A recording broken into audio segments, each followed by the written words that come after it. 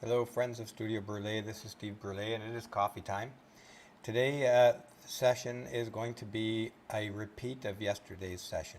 YouTube has deleted yesterday's video, and I'll show you their reasoning for that in a minute. But today, I'm going to go over the same material, probably quicker, and I might omit some of it. So I'm going to rely on folks to look at the links in the video description for the complete story. I really want to avoid this video getting deleted by YouTube this time because the information is really, really important. I'm going to stick entirely to the publicly available information, publicly available in the public domain, that which has not yet been censored and deleted by those who are telling us that we have a dangerous pandemic. They are telling us that in no uncertain terms. Obviously, I disagree with the official line of reasoning. But I'm not going to tell people how I'm responding. Folks there probably, some of the regular viewers probably already know how I will respond to the various orders coming from above. But I'm not going to suggest anybody even follows my example. That also could get this video deleted. I'm not going to touch on any of how you should respond or whether you should. I'm going to say this. Everyone out there, respond to the dictates of your leaders according to your own conscience.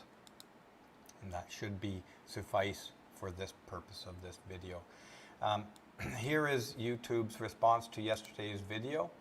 Here is the title of yesterday's video: Coronavirus Lies, Lockdowns and Vaccines, Coffee with Steve. And YouTube has determined that reviewed my content. They think that it violates our medical misinformation policy. We've removed the following content from YouTube. Now, there's a little more detail in the, just a second here, it's not following through. Bear with me 1 second while I deal with this. YouTube's information here. Okay, so here is the screen caps of the YouTube information as to why yesterday's video was taken down. I'll read this from the top, if you will, with me. We know that this might be disappointing, but it's important to us that YouTube is a safe place for all. YouTube judges my information to be unsafe. If content breaks our rules, we remove it. If you think that we've made a mistake, you can appeal and take another look. Keep reading for more details. This idea of safety has become a permanent sacred cow in our culture. And as any regular viewers know, that I am really suspicious of things done in the name of safety, because safety is almost always in opposition to freedom. Freedom comes with risks. Freedom is not safe. Safety, in almost every incident, in order to increase your level of safety, you have to eliminate some degree of freedom, which is going on in spades in our culture today. Enormous reductions in your freedom of assembly, freedom of not putting a diaper on your mouth, freedom of walking outside freely. In California, you are not allowed to leave your house today. We dealt with that, and we'll go over that article again today. The governor of California has issued an edict that everyone must stay in their homes unless they have a authorized reason to leave their homes, even to go for a walk outside. As an aside today, this is spreading all over the world. There's an enormous degree of fear, and fear is the most dangerous virus in our world today by a long, long, long shot. Today, I got off my motorcycle this morning in front of a store, and I went to get in, and I was not wearing a mask. There was a fellow outside the store, a Dominican fellow, this is to show you that it is everywhere, who told me to put my mask on. I told him I'm not going to wear a mask outside. He told me the police will pull you over. I told him they have not bothered me yet. I did put my mask on to look through the store because the stores enforce those things. But there we have it, folks. All around the world, Our elite leaders have successfully have used fear to get us to police one another. They've pushed us apart. They are getting us to antagonize one another. And this can get into finer and finer details. If you're not wearing a mask outside, they'll extend to wearing masks indoors, to other behaviors indoors. Anyways, you know my feeling on that. Let's have a look at some of the other, the rest of this email from YouTube as to why my video from yesterday was taken down. And unfortunately, I didn't have a copy of that one, so it is gone forever, as far as I know. By the way, folks, I suspect from the way things have been going with my channel, let me read this over first for you. Your content violated the policy. I'm not sure what the policy is, but there is a link, and I'm not going to go bother reading it right now unless they start to strike me for increasingly trivial things. YouTube doesn't allow content. This is a very, very important part to know about YouTube here. YouTube does not allow content that explicitly disputes the efficacy of local health authority or World Health Organization guidance. So there you have it. You cannot express your difference of opinion or your skepticism or contradict anything that coming from those organizations, especially the World Health Organization, that disputes even, explicitly disputes.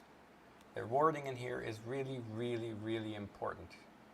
You cannot allow, YouTube doesn't allow content that explicitly disputes the efficacy of local health authority or World Health Organizations guidance on social distancing and self-isolation that may lead people to act against the guidance. So, you cannot criticize the orders from above and keep your YouTube video active. This is what it's telling you. And let's not forget that there is a lot of legitimate scientists, many legitimate scientists that have put out well-reasoned arguments as to why the social distancing and self-isolation, and specifically the masks, are actually counterproductive. But if you spread that information on YouTube, your YouTube video is subject to being deleted. YouTube is part of the elite. We must always remember that. And they do profit from these lockdowns, people being social distancing, not allowed to go to do the regular socializing and entertainment. They turn to places like YouTube for entertainment. So that's that part of it here. I have previously in other locations informed you that I will be putting my future material, eventually all of it, off of YouTube, because the way things have been going with YouTube the last 2 years, it seems like for someone like Studio Brûlé, a channel like ours, our entire reason for being on Studio Brûlé is to discuss the things that mainstream media refuses to discuss.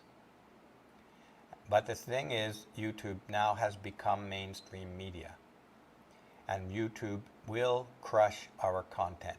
The overwhelming majority of the content that I've put out, even stuff that had been monetized for years and years and years, like the Warren Farrell protest video, which has over about 1 million views or so, that has been demonetized as well. It was criticized by opponents, and YouTube for the first 4 or 5 years or 6 years defended it and remonetized it when it was taken down by complaints. But now YouTube on its own, without complaints, has decided that it violates their monetization rules. And the majority of our videos on Studio Brûlé now are in that category. Our revenue, advertising revenue on YouTube, which at one point would reach a couple of $1,000s a month, now will rarely reach $200 a month. Our Patreon also has been devastated. We were up after the YouTube attacks on our ads, removing of our ads. We focused on Patreon and got that up to $2,000 a month. Now that is down to about 1/4 to 1/2, a third or so of that value after Sargon of Akkad was kicked off of Patreon. Patreon subscribers abandoned the platform altogether, at least those Patreon subscribers that are interested in our material. So we are being attacked on all sides.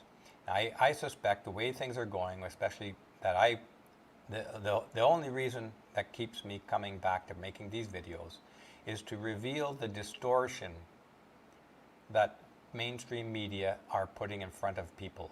And it really disturbs me that the overwhelming majority of our culture, members of our culture, are eating up that narrative that the mainstream media is putting out day by day. They are eating it up and partly because they have no other exposure to contradictory information. Zero. And they also invest the mainstream media with authority because it's big. It's a big business. And the average person thinks, well, if they were telling us lies, then they wouldn't be so successful and wealthy. But they have it wrong. They are successful and wealthy because they control the narrative to suit their business needs. But very few people are going to get to that point of realization in our culture. I've come to accept, not in my lifetime. I think it's a long ways out. So ultimately, we have to plan exit from YouTube for any important information or controversial information. And again, everything on Studio Brûlé is controversial. Everything. We strongly criticize feminism. We strongly criticize the attacks on freedom of speech at universities and the attacks on presumption of innocence. We reveal and we focus on the narrative that they don't want to hear. And I'm going to get into some of that today, as I got into yesterday as well. Except I'm going to refrain from telling you how to interpret this. I'm going to give my opinion. Everything in this is my opinion. I'm not even going to share with you in this video what my responses are to the guidelines coming down from above. This is an unprecedented time in modern history. We have been sold the idea that there is an existential crisis as a result of this coronavirus around the world. They literally are selling it like an absolute crisis for all of humanity. And on that basis, they have taken into their hands the kinds of absolute control that is used in only emergency situations. In every country, they have brought into action emergency powers for the governments that be. And using those emergency powers, justified by this pandemic, they are taking away all of your freedoms. From starting with the flatten the curve, to now we're 8 or 10 months into flattening the curve. Remember, I think it was Roosevelt or was it Reagan? Anyways, one of the famous U.S. presidents said there is nothing temporary about a temporary government measure. There never is. This temporary flatten the curve is just like the temporary income tax after World War II. If anything, it's going to just evolve into a different level of control. But let's get to the material of the day today. So, I think I'm going to have to, just bear with me 1 second here. To take this one out. Okay. This is the first article. I think it was in the Daily Mail, and I'm going to go a little faster than yesterday. Moderna to submit the coronavirus vaccine for emergency approval in the U.S. We saw that. They say it's 94.1% effective. Most people know that there's at least one, maybe two vaccines coming. This Moderna, I think, is from Pfizer, and BioNTech is another one. Reading from the top. They say that only 11 volunteers received the jab. I'm just going to skip this. They're claiming, and I think their claim is probably not an exaggeration in this case, their virus is fairly effective. And they're saying 100% effective at preventing the severe consequences of coronavirus. Now, here in Canada, they've given the top general the lead to roll out the vaccine, and the aim is to immunize the majority by September. I suppose it is not outside of YouTube's guidelines to tell you that I'm not going to take the vaccine. So I'm going to go out on a limb here and tell you that. I think I told you that in yesterday's video. And the reason I'm not going to take the vaccine is this. There's nothing risk-free in life. Nothing at all. Every road, every choice you make comes with associated risks. Now, this vaccine has not gone through the long-term testing facility, testing processes that usually accompany a new vaccine.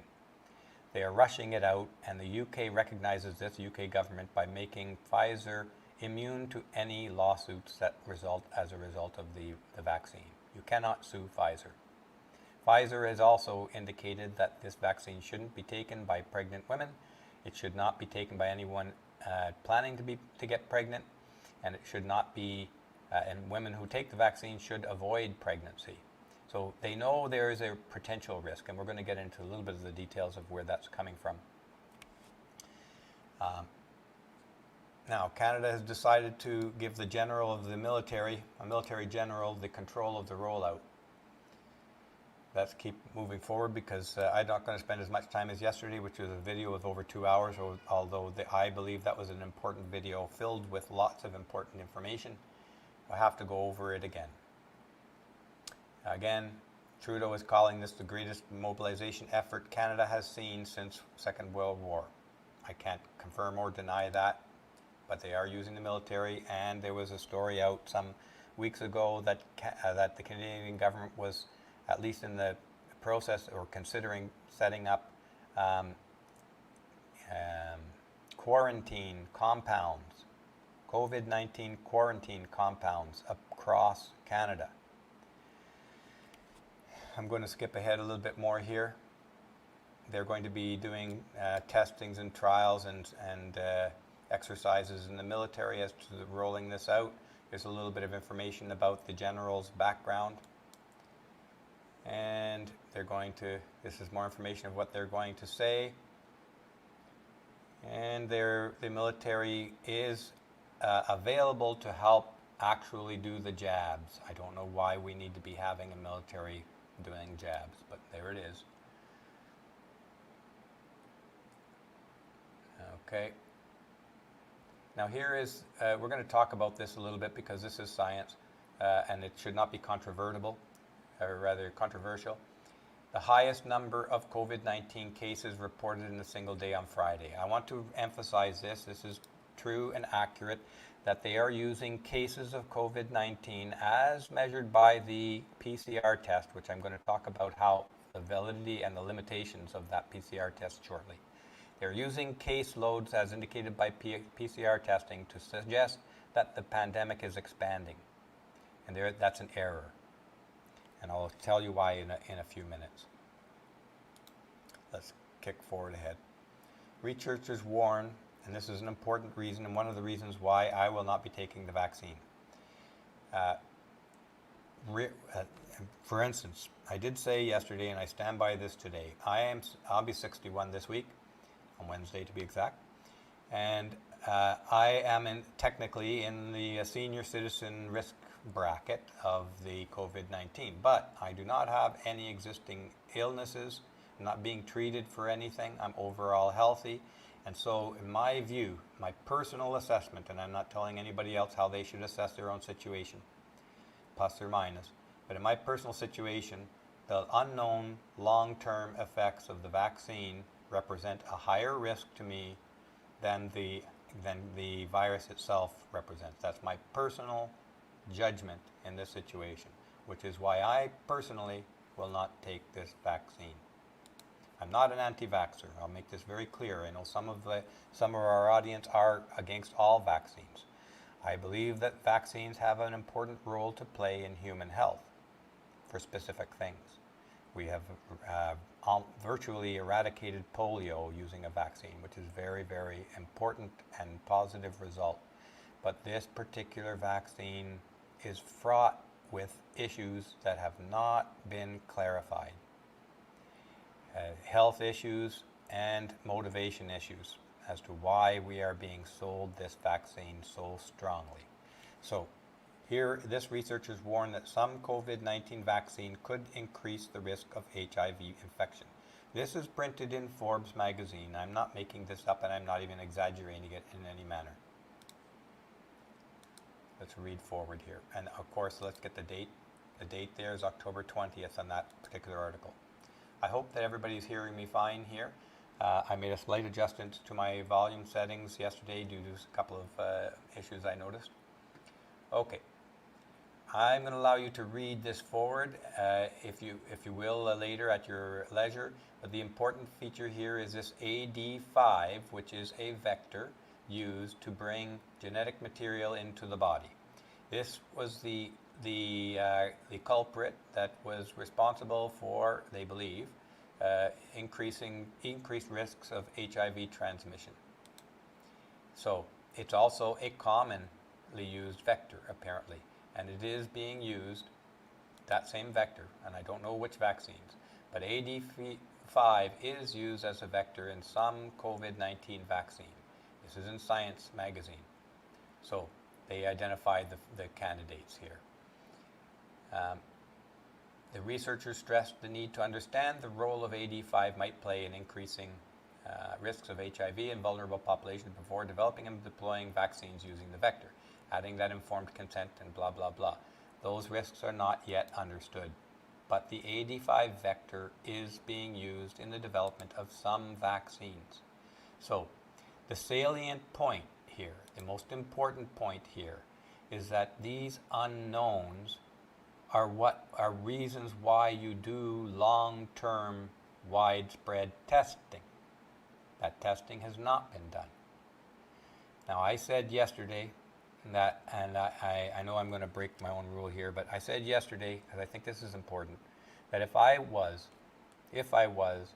say 70, 75 with a heart condition or some serious illness or being treated for cancer or having recently had cancer, or any number of other issues affecting my health, I would probably take the vaccine. As I mentioned a few minutes ago, there's no risk-free way forward in life, no matter where you're at in life.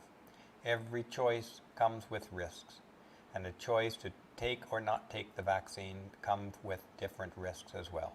If I happen to be in that cohort of people who have a measurably higher than 1% chance risk of dying from COVID-19, for instance, if I was elderly with multiple complicating illnesses, putting my risk of dying in the air in a very reasonably high percentage, I would take the risk of the vaccine being the better chance for long-term survival.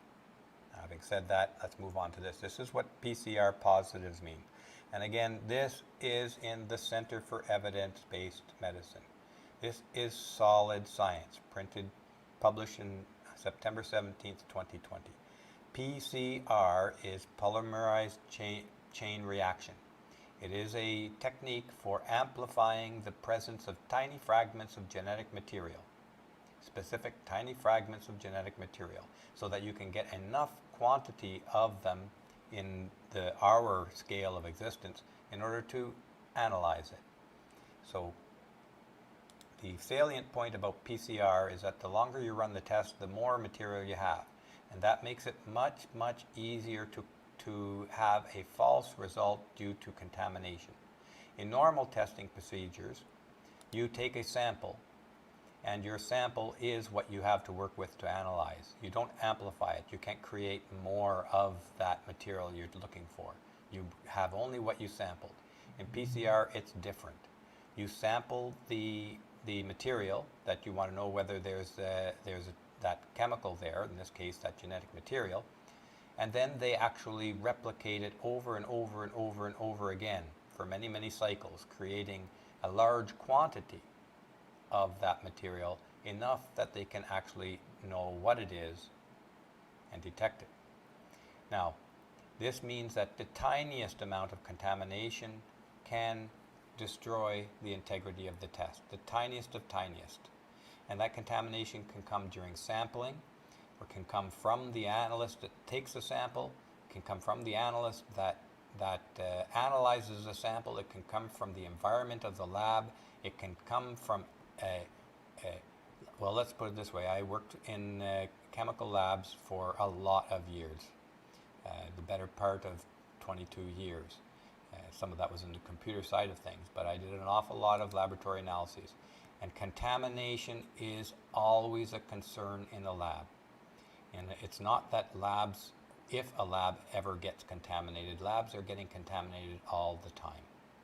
And labs that deal with traces, very low-level trace materials, are incredibly difficult to keep clean and uncontaminated, especially when you're using something like PCR to magnify the trace amount of material that you have to work with in the first place. Now, that doesn't mean the test is invalid, it just means it's very difficult. Now, we're going to determine what the actual test does mean. Okay, the gene fragment might be detected and the virus positively found, but is this viral RNA active?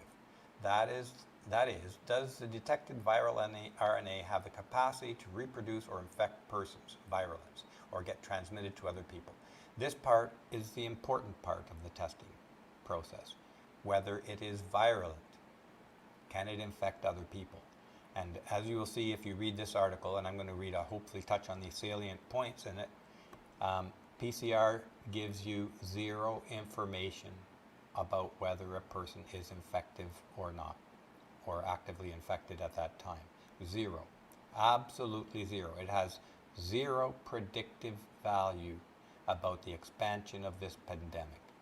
Now, to jump ahead, that means that using test results as cases of COVID-19 is invalid, but that is exactly what they're doing.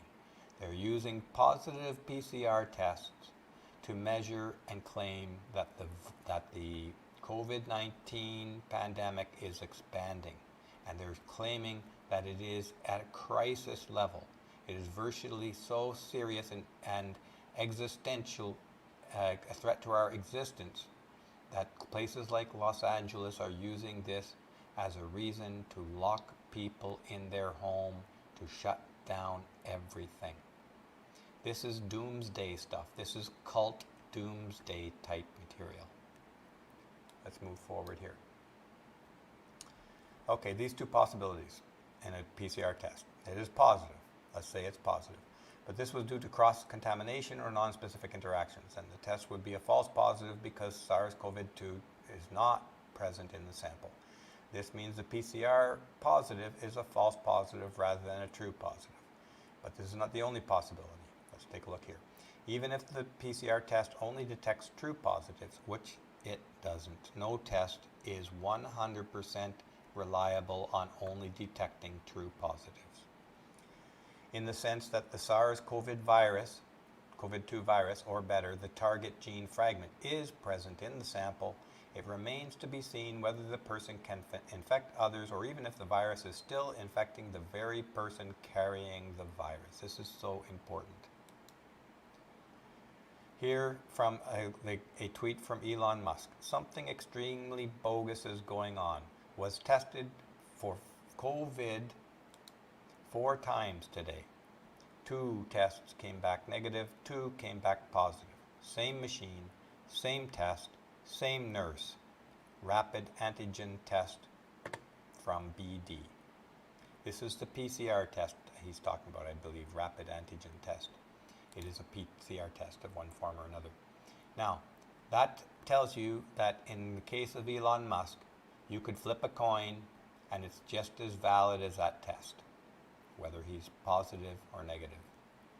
So going back to here on possibility 1, okay, this Elon Musk example shows us that this is not a reliable test, even for detecting it positive. So even if we could rely on the test, it still doesn't mean, under possibility 2, that the person is actually infective or at risk of transmitting virus in any way, shape, or form. The only way, I'm going to just paraphrase the first bit here, the only way to tell for sure after a PCR test is to do a, the cell culture in order to determine if there is active virulent virus in that person. And the problem with cell cultures is they take time. You have to wait for the cells themselves to reproduce, typically on one of these petri dishes with the substrate in there, and then do a test on that. So the conclusion here of this article, a true positive in PCR does not always mean that the person presents any danger to society. The virus cannot be transmitted when cell culture shows that the virus is not infective. Unfortunately, relating PCR positive to infectivity is not easy if we consider the whole population. This would need a model correlation that maps PCR positives and or symptoms to infectivity as tested by viral culture, or to viral culture for every individual case. You would have to do viral culture, a time-consuming test, for every individual case. Here, this from that same study. It was not possible to make a precise quantitative assessment of the association between PCR results and the success rate of viral culture within these studies. In other words, PCR test tells you nothing about the viral culture results, which is the important part moving forward here. I'm just going to reiterate this bit here. Cycle thresholds are the times that the amplifying test has to be repeated to get a positive result. The higher the viral concentration, the lower amplification cycles. This is the nature of PCR tests. You are amplifying the matter. You're creating new fragments. The more cycles you run this PCR test, the more fragments of the virus that you're looking for you create. So, since it is not known whether and how PCR positives correlate to infectivity and how it is that this correlation must be interpreted, the interpretation of a PCR positive is inconclusive. Yet, they are using these PCR test results to argue that the virus is expanding, the pandemic is expanding.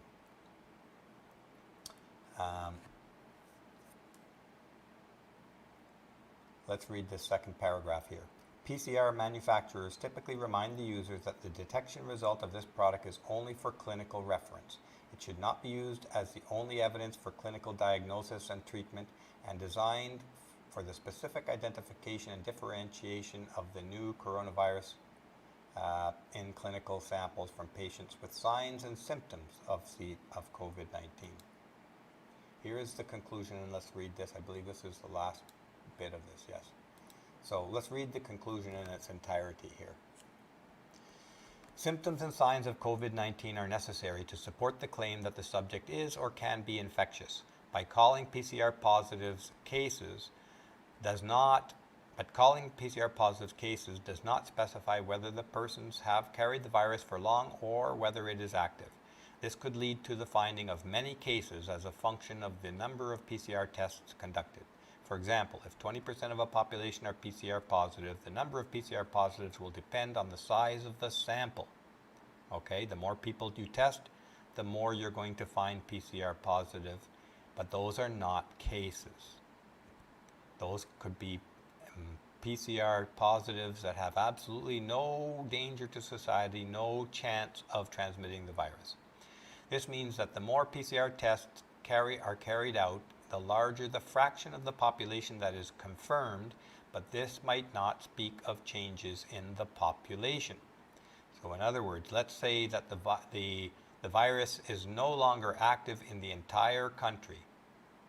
Okay, the entire virus has stopped its transmission. Everybody who had it is cured, but you keep on PCR testing. Now you're going to keep on finding new cases.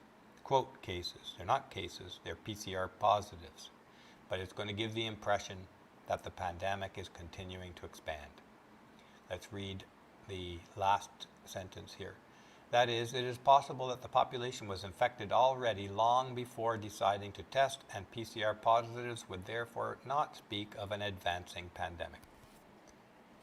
And yet, that is exactly what it's being used for today.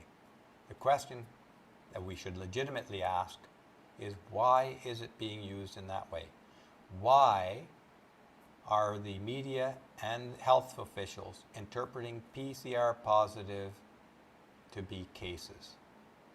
Well, the conclusion in the media is that the pandemic is advancing, that we're in a critical stage, that we need to lock everybody down, and everybody needs to take the vaccine. This vaccine,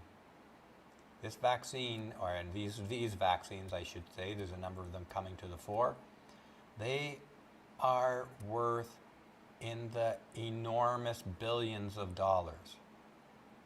There is an enormous amount of money. That's just from the vaccine part of this pandemic. The lockdown that is crushing small businesses is worth also hundreds of billions of dollars to the wealthy, because their businesses globally are taking off like a rocket because of the lockdown. There's a huge amount of money at stake, keeping the populace convinced that they are near extinction, that their life and their loved ones are at risk of dying. They're losing them. They have to justify the lockdowns. You can't justify the lockdowns if the pandemic is not expanding. The unfortunate thing for us is that it's not true. They're using PCR test positives inappropriately, and these are smart people at the top. They know what these PCR test positives mean, but the people who stand to gain billions upon billions upon billions of dollars don't want that information out. Let's move forward. This is a very important part of this whole scheme that's been going on since the beginning, and we've been talking about this from the very beginning.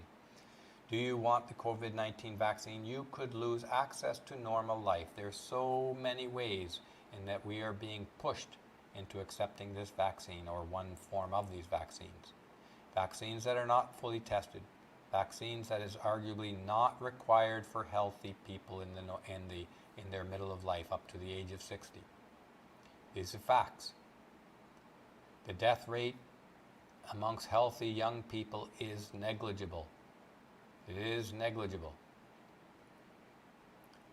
But your life is going to be, at least from the looks of this article and articles like it, your life is going to be dramatically shut down if you don't take the vaccine. These are our freedoms. They're being taken away from us in an enormously quickly, and we are lying down and taking it. Let's read on.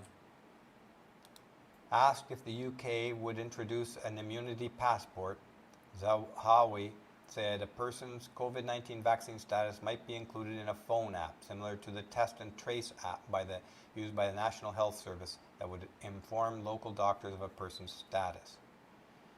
They are pursuing this stuff very vigorously, folks. These trace apps have been proposed since the beginning of this pandemic as well. They want to know everything, where you go, what you do, what vaccines you've taken, and they want to exclude you from everyday ordinary life if you don't toe the line. That's not freedom. It is not freedom in any shape or form. I think you'd probably find, reading from the top, that the restaurants and bars and cinemas and other venues, sports venues, will probably also use that system as they've done with the Test and Trace app. They may not do it voluntarily, but for sure the leaders will put laws in to shut down those restaurants found not to be doing it. We are being corralled like sheep. This sort of pressure will come both ways, from service providers who will say, look and demonstrate to us that you have been vaccinated, but also we will make the technology as easy and accessible as possible. This is from Fox News. Coronavirus passports with vaccination info in development, the report says. Yes, these passports have been in development for a lot of years, in fact. The future of flying during the coronavirus means carrying a passport to show proof of vaccination against COVID-19.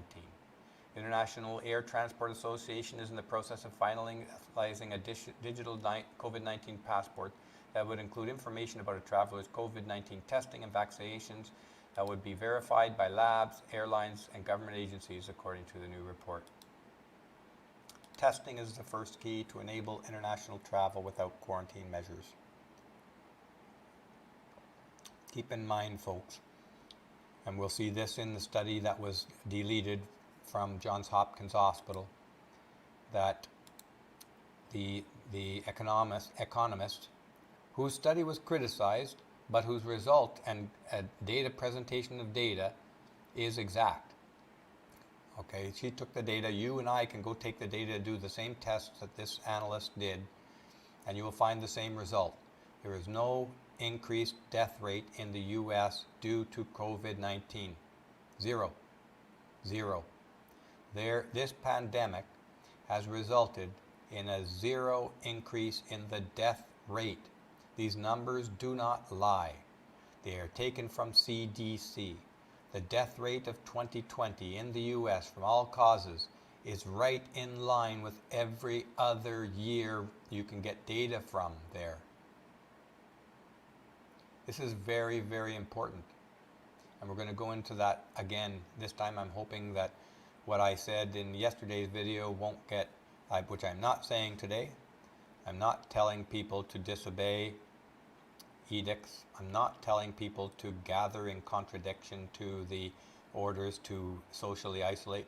I'm not telling my viewers to get together with their neighbors and talk about the information that's being presented to them, the risks of the vaccine, to talk about whether there really is a concern for death in this COVID-19. I'm not telling people to get together in their homes, have some wine, enjoy their company, be emboldened by your presence of neighbors. People are emboldened in groups.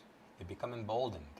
One fellow who wrote the book, Can You Be Good Without God, is making the point, a book I'm reading right now, said that people in groups get an expanded sense of what is possible. Now, if people who were suspicious of the motivations for these lockdowns got together and discussed their suspicions in person, grouping in person, they might get emboldened about what is possible. I'm not going to tell you to do that. I'm going to tell you just to think for yourself and act according to your own conscience. Don't follow my example. I am not providing an example. I'm only saying that I'm not going to talk about the things I suggested you do yesterday. I am suggesting that those things are frowned upon by YouTube. So I'm not going to suggest them. Let's go on and read the material here. Testing is the first key to enable. Oh, we read that. Yes, we read this bit. We are bringing this to market in the coming months to also meet the needs of the various travel bubbles and public health corridors that are starting to operation. All of this based on COVID-19. The COVID-19 passport would provide the health itinerary of sorts that would identify test facilities and labs passengers at their place of departure. Okay, I'm going to click on through this. Some airlines are already adopting this. This kind of thing, folks, you can expect it to get bigger, more prevalent in more ways everywhere in our culture. Tracing your behavior, tracing your medical history, tracing your insisting that you take a vaccine. You will be excluded from multiple ordinary everyday events and places if you do not take the vaccine. That is a pretty strong exclusion.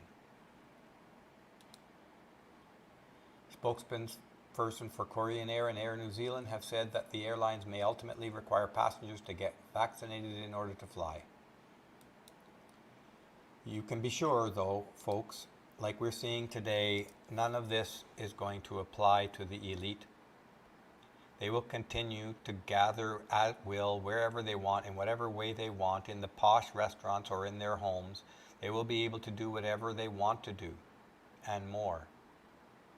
These are the people who want to shut down the oil economy. We should be suspicious as to why. Because even as they're saying that, they're flying in personal jets all the way around the world, using more oil resources in a single flight than most of us will use possibly in our lifetime. But they're telling us we can't use it. One of the possibilities of that, what if imagine this, I'm not going to say this is what's in their mind, I'm not going to go down this conspiracy theory, but let's just imagine this. If they were able to turn off the public's use of oil, there would be a lot of oil left under the control of the elites for their exclusive use for centuries and centuries and centuries to come. Their descendants in their dynasties would have a near infinite access to an oil supply to feed their private jets and other uses. But I'm not saying that's the reason that it's one set of rules for them and nothing for us. I'm not saying that's the reason why they'll fill their tables up with steaks and throw us a crumb of fat. That's not the reason, but you decide for yourself what you think the reason is. Costco, here's an example as this stuff is already underway. This stuff is very depressing, I realize this, but there's no point in avoiding the truth that's in front of our eyes. Costco pharmacy client kicked out, medical mask exemption not good enough for staff. Let's read a few details of this. Going on already, even without the edicts coming down from above. The arbitrary enforcement of the mask mandates should concern us all. Stories keep emerging of those not wearing masks being harassed while trying to go out about their daily lives. Mask mandates are being so hastily enforced that police are now being called on legally exempt individuals. And they're using trespass property threats to bully people into compliance. Expect a lot more of this coming, folks. This fellow here, he was treated like a criminal. Ben was wearing a mask. Wasn't wearing a mask due to exemption, but his wife was. The Costco employee attempted to physically confiscate his wife's membership card as they checked out with their items and temporarily suspended their account post-payment. Your compliance is going to be demanded, folks. It was only after a formal complaint that District Vice President Frank Chislett apologized for how the situation escalated, and yet Chislett still told Ben that his account had been flagged and he would no longer be welcome to shop at Costco without a face covering. Incredibly, Ben has his prescription filled at the Costco's pharmacy for the very condition that makes him exempt from the Ontario provincial mask regulation. How absurd does that make all of this? Well, it is absurd, but you know something? All of this has been that absurd since the very beginning.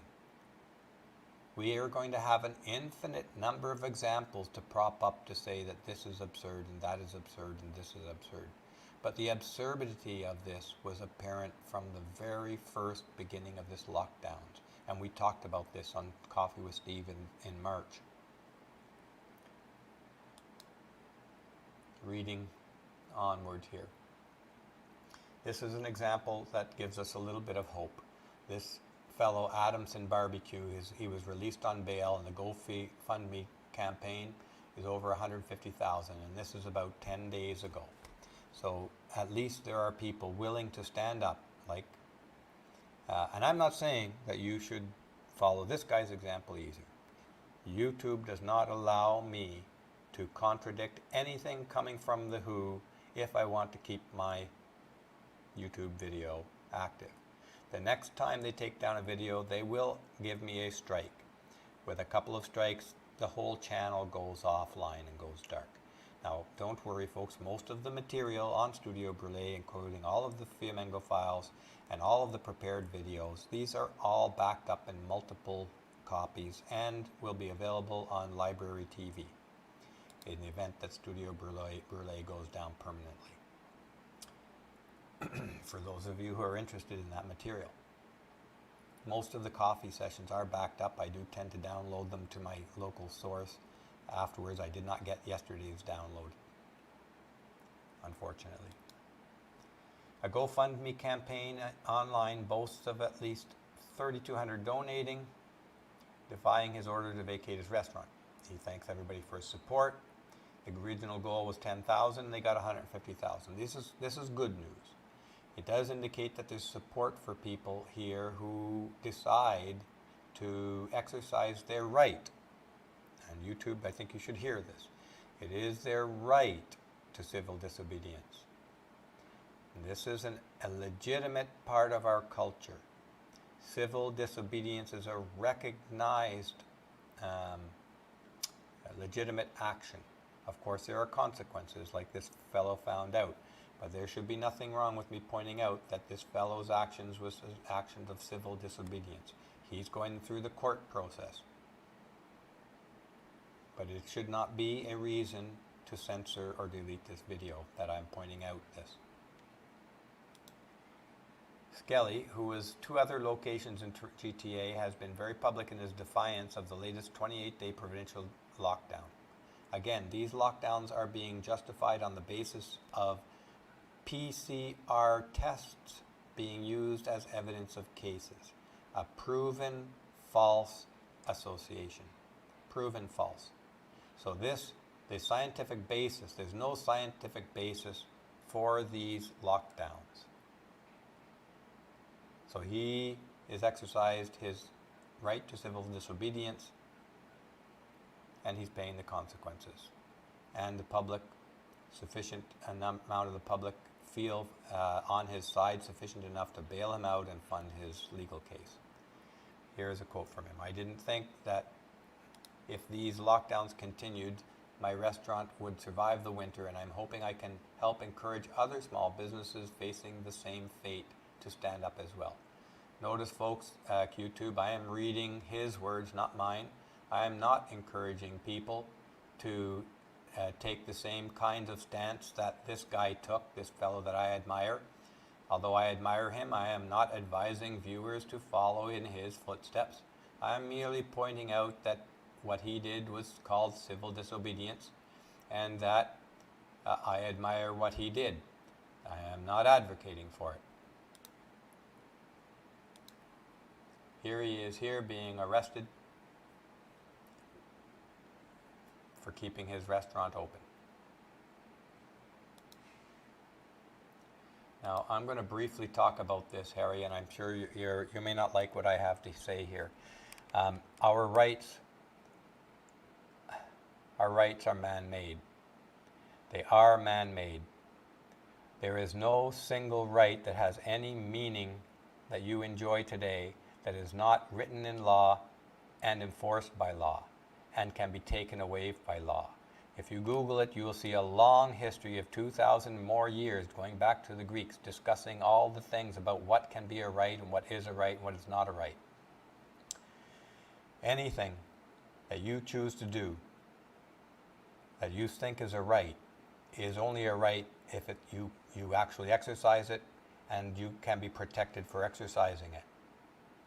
You don't even have the right to life. The right to life. The government in many jurisdictions can arrest you and execute you. So much for your right to life. In many jurisdictions of the world, you can be executed just for blaspheming even. So this is very important because this kind of idea encourages people to ignore the law and the importance of the law and ignore the rivers of blood that were spent getting our rights identified and written into law and protected. But those rights in law are now being taken away from us. And they're using this fake exaggeration of this pandemic as an excuse. Now, I know, Harry, your view is common, is popular in a lot of circles. A lot of religious people will tell you that your rights come from God. Okay? Well, if your rights were given from God, they should be protected by God, and no government would be able to execute you. That's only one many examples. All of we rights that we take for granted were fought for by our ancestors. They were fought for, paid for by rivers and rivers of blood. And we treat that as if we take it for granted today. Even the right to freedom of speech. It was not long ago in the past where a member of a royal family didn't have to have any reason to kill a peasant. You're a peasant. A peasant has no rights. So I'd be very, very careful about dismissing the importance of the fact that our rights that we take for granted today were man-made, they were fought for, they were placed in law, and if they weren't placed in law with teeth and the ability to protect those rights, then they would not exist today. That, of course, is a subject for great debate. That's my opinion on this, of course. I think it's a dangerous position to ignore the fact that our rights came at very great cost and that we need to protect those rights in law every step of the way. We give them up, it could be thousands of years or never to get them back again. LA restaurant defying Newsom lockdown order changes name to the French Laundry. This is November 30th, and this is an example of how the elites are creating a set of rules for us, not for them. And they're defying their rules almost in the same breath that they make them. A restaurant in California is refusing, let me just pull up one thing on the side here. This restaurant in California is refusing to follow new coronavirus restrictions and erected a banner reading the French Laundry over its sign in reference to its restaurant where Governor Gavin Newsom was seen breaking his own virus orders. This is important because this is happening over and over and over again. Our leaders are creating these restrictions for us alone, for the people who have no voice and power, for the peasants. They see the world as elite rulers class and a worker-slave class. We're still open because I have a very loyal employees who have been with me for many, many years, and putting them out of work without any government aid or stimulus or help for 4 weeks before Christmas time is just not okay in any way, shape, or form with me, he said. The fact that they are letting other businesses be open 20 to 25% and penalizing us doesn't seem fair, and it isn't fair. It is not fair. Is that posh restaurant was open and attended by the governor because they know that they don't intend these rules for them, they're only for the unimportant people. Another quote from him, I think it's important for us to send a message that we can't just let other people tell us what to do all the time when it's wrong, Jordan said. And I can agree with that sentiment 100%. Same thing is happening in New York. One pub on Staten Island declaring itself an autonomous zone free from Governor Andrew Cuomo's restrictions. We hereby, and there's their full claim there. American Statement, the American Statements, Austin. Austin mayor stressed residents need to stay home. He was vacation in Cabo at the time. Here is a guy, here he is here, who had hosted an outdoor wedding and reception with 20 guests for his daughter at a trendy hotel near downtown. The next morning, Adler and 7 other wedding attendees boarded a private jet in Mexico where they vacationed for a week at a family timeshare.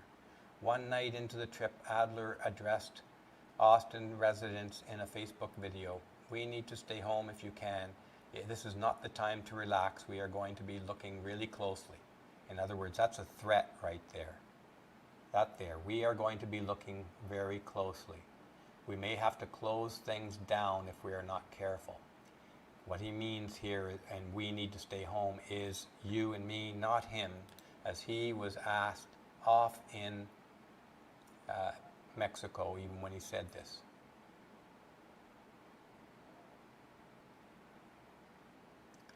Well, Harry, this is the last time I'm going to put up the rights thing here, but your rights do depend on your ability and power to enforce them, but they are not in any way natural. They are man-made, in my opinion. But you folks can feel free to debate this in the comments section. I have never seen a good argument as to how you have natural rights.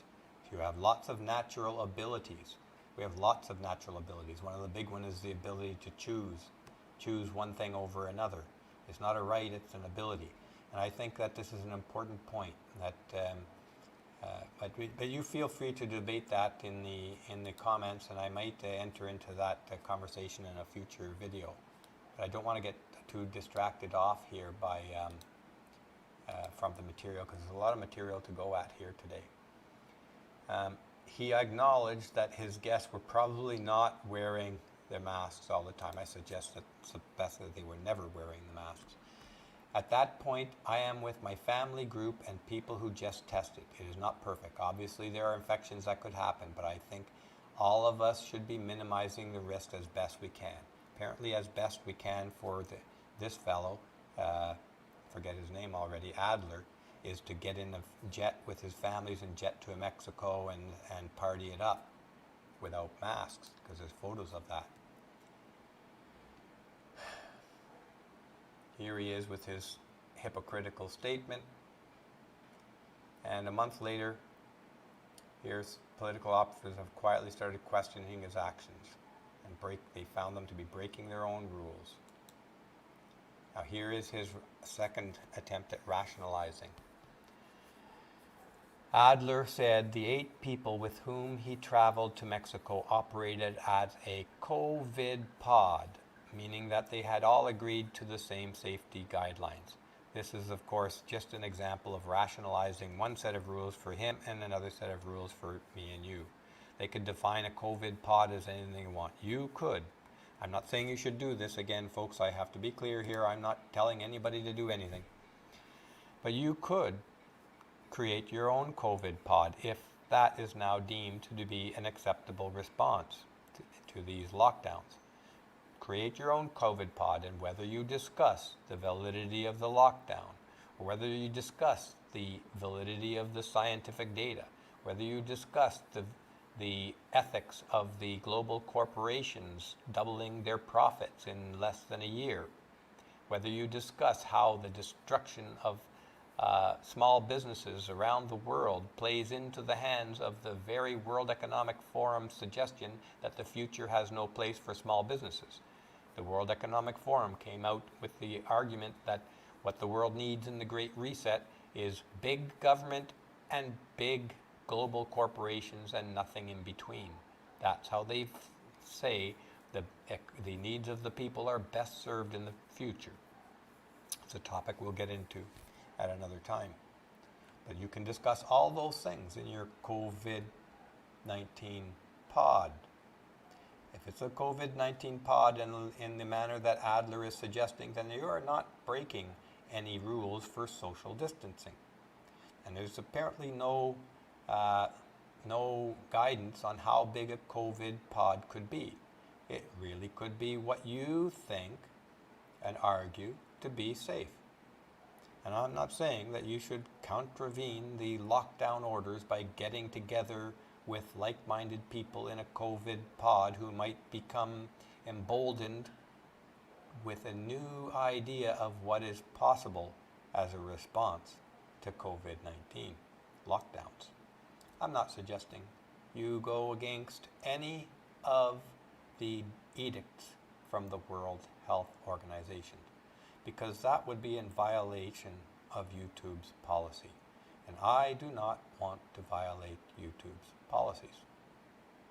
So, Let's carry on.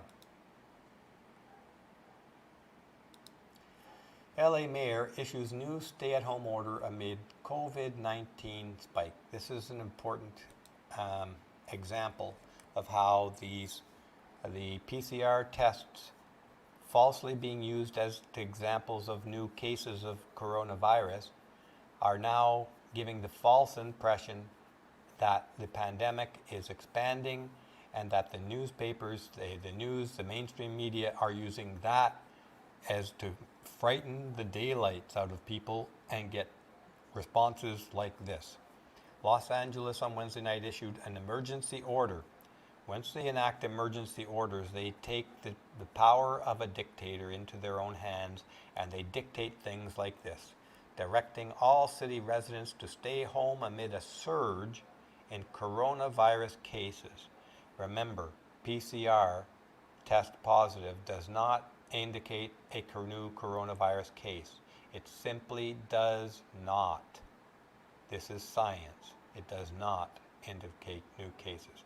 But it's being used that way to ramp up the fear and to give an excuse to leaders to trap people in their homes.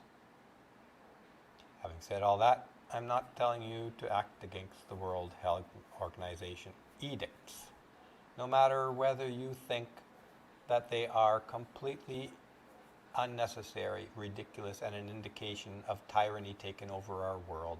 I'm not telling you to use civil disobedience to disobey those orders. That would be in violation to YouTube's policies.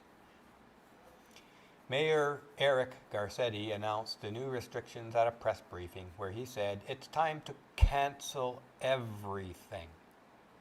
Now, folks, when this Mayor Garcetti says it's time to cancel everything, do you think that anything in his life is going to be canceled?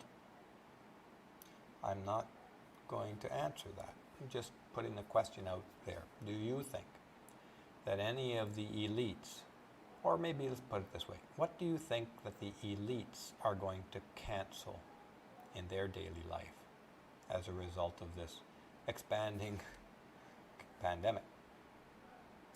Leave it to your imagination. Let's move forward here.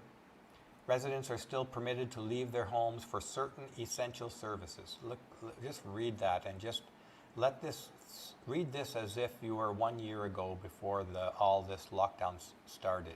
And this is typical around the world, and you're reading this for the first time. Residents are still permitted to leave their homes for certain essential services. You're permitted under special circumstances to leave your home. These are banks and media outlets and post offices are deemed essential, but most public and private gatherings of people and from more than one household are prohibited. Imagine reading this a year ago, folks, and then knowing that there is no increase in the death rate in the US in this past year, and still being told that you're prohibited from gathering with anyone outside of your own household. Now imagine if you're a person who lives alone.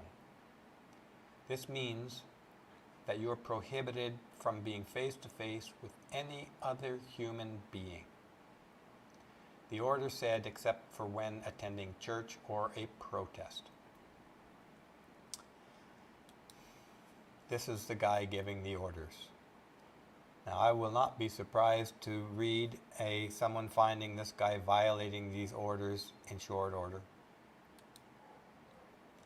Our city is now close to a devastating tipping point.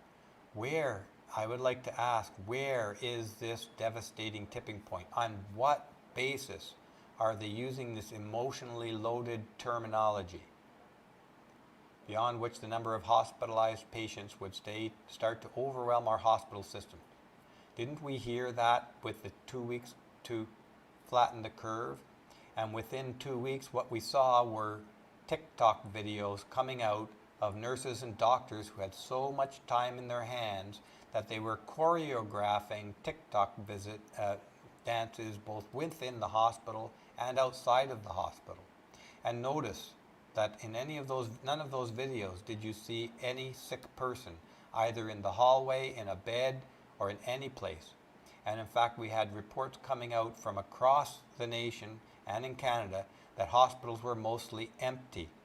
And all of the emergency hospitals that they set up, the one in New York City Harbor, the one in Edmonton, Ontario, the one in, I think it was Seattle, emergency hospital set up, and then ultimately closed down after weeks or months without seeing one single patient.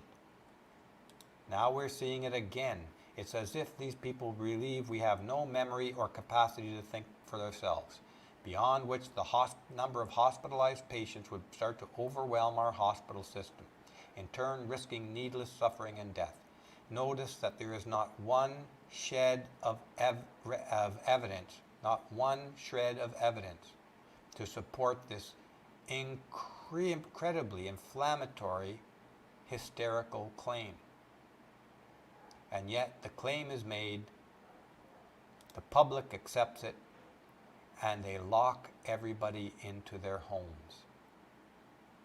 I don't have words to explain, to describe the seriousness of what's going on here. And it's not the pandemic, it's the fear. Fear we have to immunize ourselves from. We really, most deeply, need to immunize ourselves against the virus of fear. Every morning when you wake up, you need to say to yourself, today I will defend myself from everybody who tries to attack me. I commit to my freedom and my life. Today and every day, renew that commitment. Reject the lies.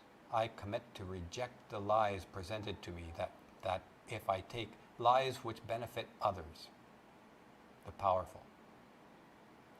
You must commit every day to live fearlessly in the face of propaganda and hysteria. Fear is the biggest virus being used to control people and to rob you of your freedoms. Can't let it go on. Let's read forward.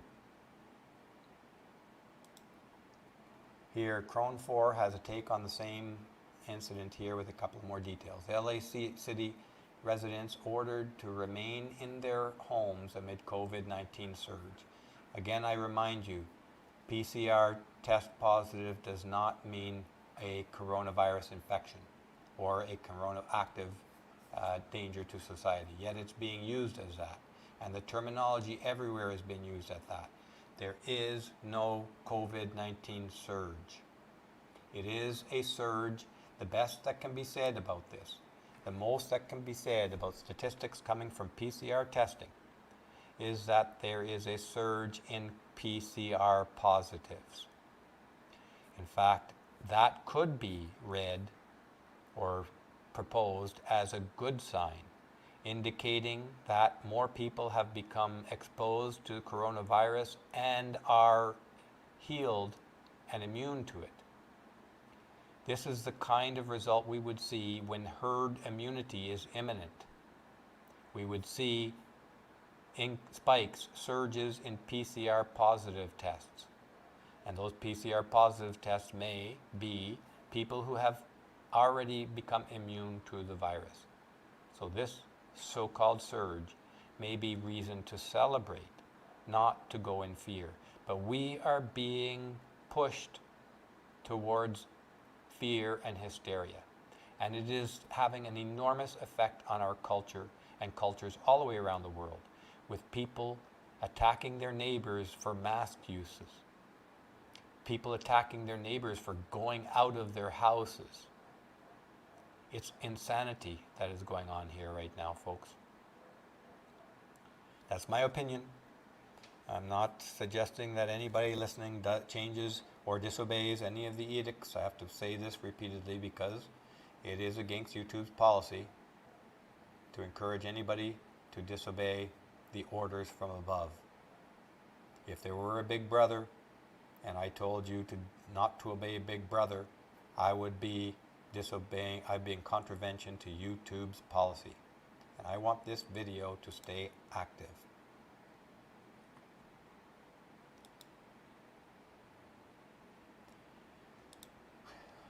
People may lawfully leave their residences only to engage in defined essential activities. Now, folks, I just want you to use your imagination again to try to remember what things were like a year ago, before the COVID-19 hysteria took root in the world. And then read this sentence. People may lawfully leave their residences only to engage in defined essential activities. I mean, that is a statement straight out of Orwell. You may, in other words, you may not leave your house without permission. And ask yourself, does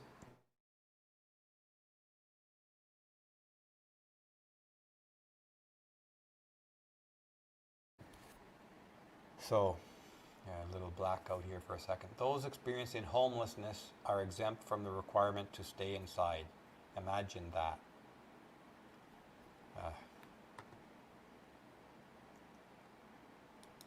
People without a home aren't required to stay home. That's the best they can do for them. Failure to comply